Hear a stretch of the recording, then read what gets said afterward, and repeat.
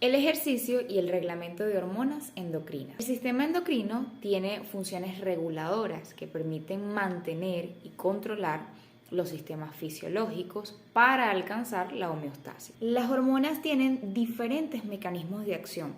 Esto depende desde dónde se libera esa hormona y hasta dónde va dirigida a ejercer su acción.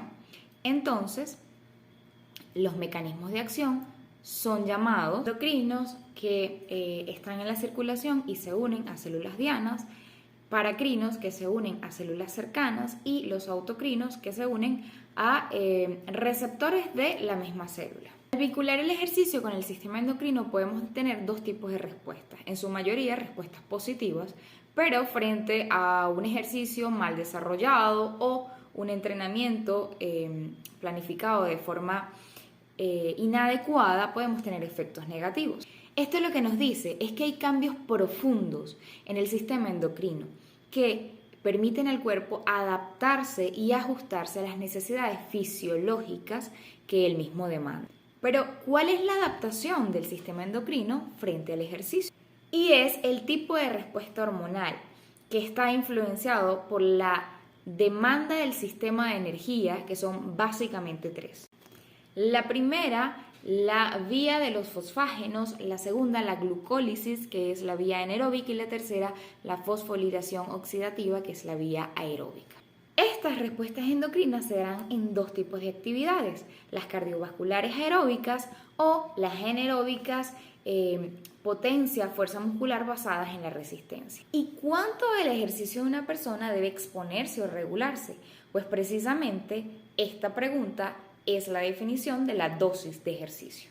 Los componentes que permiten formular una dosis son la duración, que es el volumen de una sesión; intensidad del esfuerzo, que está relacionado con la frecuencia máxima, frecuencia cardiovascular máxima, o el consumo máximo de oxígeno, donde hay una dependencia del sistema cardiovascular y el metabolismo energético aeróbico.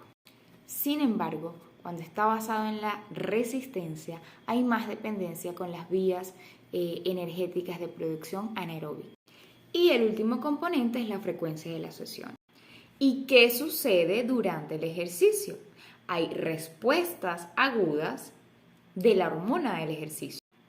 Y estas respuestas de los sistemas fisiológicos suelen ser directamente proporcional o lineales a la intensidad de ese ejercicio, aunque esto no siempre es así. Sabiendo que estas respuestas son cambios, estos cambios tienen razones y básicamente son 4. Inducir los ajustes cardiovasculares, activar las vías de producción de energía, facilitar el mantenimiento de una hidratación adecuada y la reactivación o la reactividad al estrés, que está muy bien explicado por el modelo de respuesta al ejercicio hormonal, que es una respuesta hormonal inmediatamente los primeros segundos del ejercicio, donde se activa el sistema simpático, que se produce con el inicio del movimiento corporal. La segunda fase, en menos de un minuto, el hipotálamo se activa y comienza a liberar sus hormonas.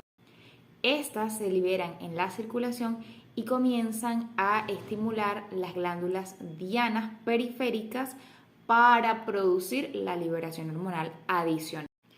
Y por último, en la tercera fase, las respuestas del sistema simpático suprarrenal son aumentadas por hormonas de la hipófisis anterior y posterior. En el ejercicio agudo se presentan mecanismos básicos en los cuales los niveles hormonales, es decir, la concentración en sangre, produce un cambio durante el ejercicio. Esto debido a que están asociados a alteraciones en el contenido de líquido vascular, en la tasa de eliminación metabólica hormonal y en las respuestas de secreción glandular. Cabe destacar que durante el ejercicio es común que se presenten cambios en el volumen plasmático. Por lo general, en una sesión de 30 a 90 minutos se puede observar un efecto de hemoconcentración de 10 al 90%. Es importante resaltar que cuando una persona realiza ejercicio físico se produce una secreción glandular, es decir, es una respuesta fisiológica del organismo al momento de realizar un ejercicio, en la cual la glándula endocrina libera hormonas ante la respuesta de un estímulo. Por lo tanto, esta puede producir más hormonas en la sangre. Es importante resaltar que los tejidos diana reciben mayores cantidades de la hormona que libera la glándula endocrina. Esta concentración hormonal en la sangre es fundamental para la activación de acciones fisiológicas. No obstante, para que una hormona pueda dar inicio a un proceso fisiológico, debe haber: número 1, que presente un número adecuado de células del tejido diana que presenten receptores funcionales para una hormona. Número 2, un número adecuado de receptores funcionales en las células. Número 3, una alta afinidad a nivel de los receptores en las células para la hormona. Y por último, suficientes mecanismos de amplificación posteriores al receptor dentro de las células. Por otra parte, el entrenamiento físico crónico produce adaptaciones en el organismo, que mejora el rendimiento y la capacidad de resistencia en cada individuo.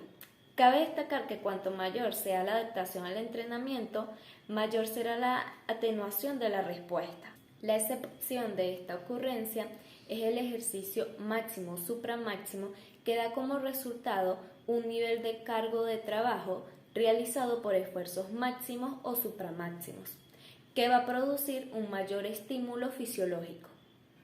No obstante, todos los cambios que se dan por el aumento de las hormonas en los tejidos diana va a dar como resultado que un tejido objetivo necesite menos cantidad de una hormona para lograr un cambio fisiológico.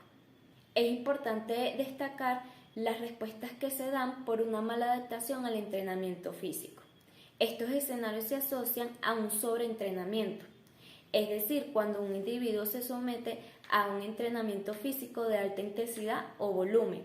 Esto puede impedir que se adapte el organismo a tal ejercicio o entrenamiento que realice la persona, por lo que va a provocar una fatiga extrema y estrés. El ejercicio físico produce cambios o alteraciones epigenéticos, entre los cuales podemos encontrar diferentes tipos de microARN, modificaciones en la histona, tales como metilización y acetilación, e igualmente metilación y desmetilación del ADN para reprogramar los genes.